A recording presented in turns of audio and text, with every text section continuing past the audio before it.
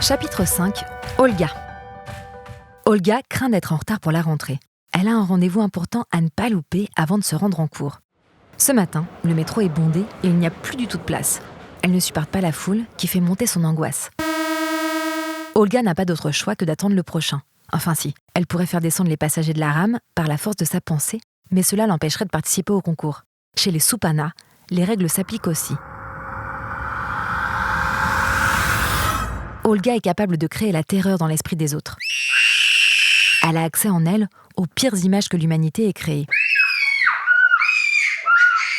Ses activateurs sont envoi, pas de temps à perdre et qu'est-ce que t'attends ? Olga voit la vie en noir, gris et blanc. Aucune autre couleur ne peut se frayer un chemin dans sa vision. Elle s'efforce de maintenir le gris dans sa tête pour conserver son équilibre mental et émotionnel. Elle n'a pas le droit de laisser basculer sa pensée plus de 5 minutes du côté blanc ou du côté noir. Elle déploie toute son énergie quotidiennement pour maintenir son juste équilibre. Aujourd'hui, c'est l'enterrement de son père, sa dernière rentrée scolaire et son 16e anniversaire. Dans ses dernières volontés, son père a exigé que le jour de ses obsèques, tout le monde, sans exception, lui rende hommage et lui fasse honneur.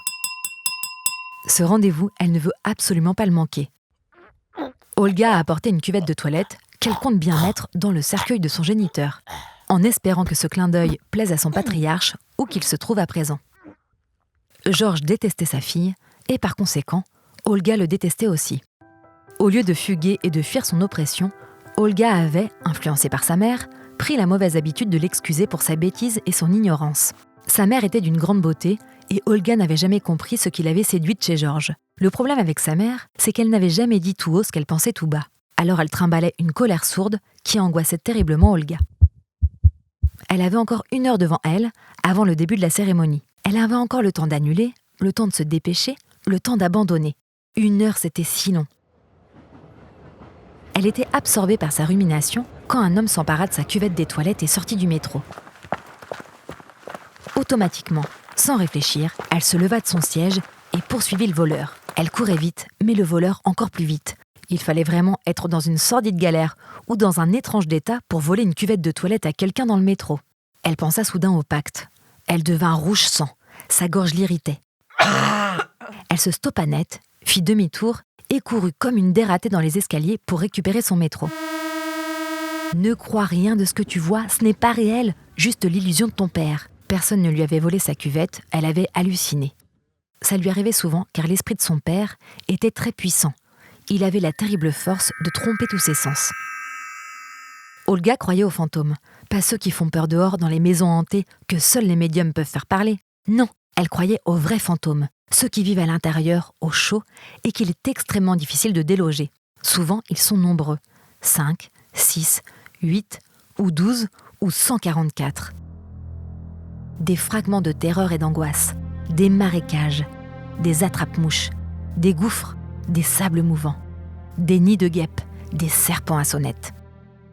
Olga s'était raisonnée. Avec les années, elle avait appris à rapidement discerner le réel de son imaginaire. Elle maîtrisait de plus en plus ses propres pensées. Contre-escarpe.